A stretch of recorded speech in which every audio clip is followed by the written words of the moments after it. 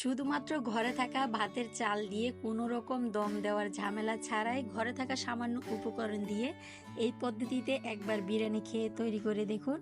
একবার খেলে বারবারই এই পদ্ধতিতে বিরিয়ানি তৈরি করতে মন চাইবে। আশা করি আপনাদের খুবই ভালো লাগবে।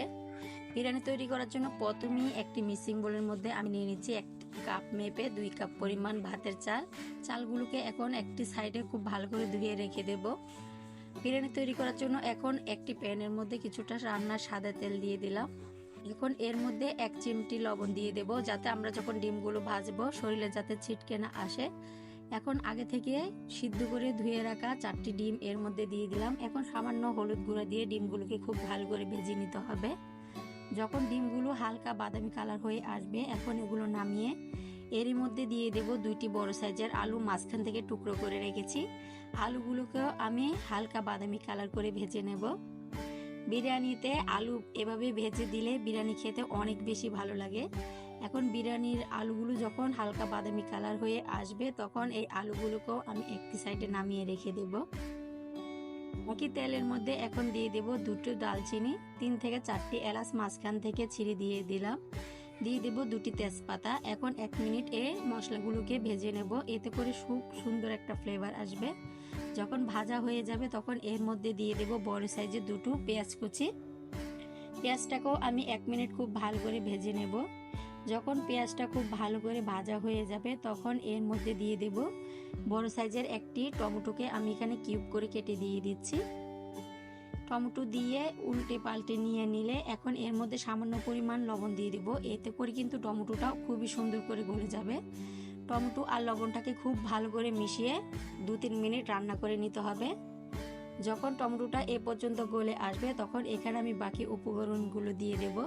এখন এর মধ্যে দিয়ে দেব 1 টেবিল চামচ পরিমাণ জিরা বাটা। আপনারা চাইলে গুঁড়া জিরাও কিন্তু দিতে পারেন। দিয়ে দেব 1 টেবিল চামচ পরিমাণ রসুন ও আদা বাটা। 3 টেবিল চামচ পরিমাণ দিয়ে দিলাম এখানে পেঁয়াজ বাটা। এখন এই বাটা মশলার কাঁচা গন্ধটা যতক্ষণ না চলে যায়, খুব ভালো করে মশলাটাকে কষিয়ে নেব। যখন মশলাগুলো খুব ভালো করে কষানো হয়ে যাবে, তখন এখানে দিয়ে দেব পরিমাণ মতো লবণ। 1/2 টেবিল চামচ করে দিয়ে দিচ্ছি হলুদ গুঁড়া আর মরিচের গুঁড়া। 2 টেবিল চামচ পরিমাণ দিয়ে দিচ্ছি এখানে বিরিয়ানির মশলা, আর বাকিগুলো আমি পরে দিয়ে দেব। এখন অল্প পানি দিয়ে মশলাটাকে খুব ভালো করে কষিয়ে নিতে হবে, যতক্ষণ না উপরে তেল ভেসে উঠে আসছে।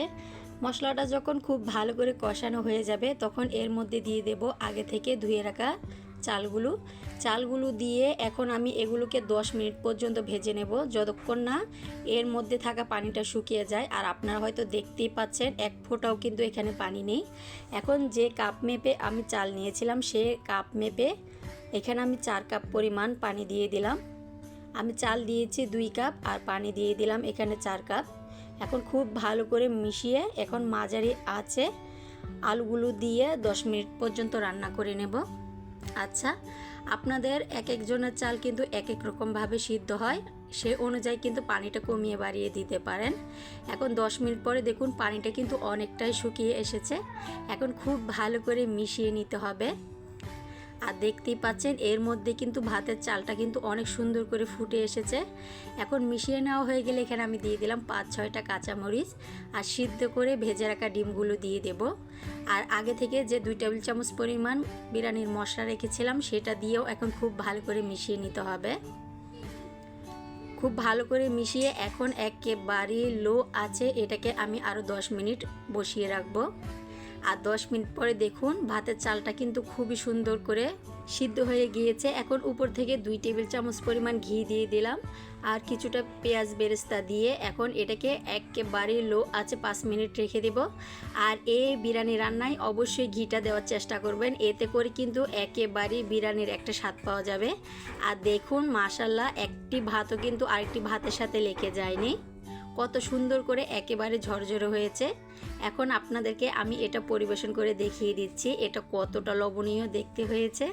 খুবই অল্প সময়ে কিন্তু কোনো রকম দম রাখার ঝামেলা ছাড়া ঘরে থাকা সামান্য উপকরণ দিয়ে এভাবে একবার হলো তৈরি করে খেয়ে দেখবেন।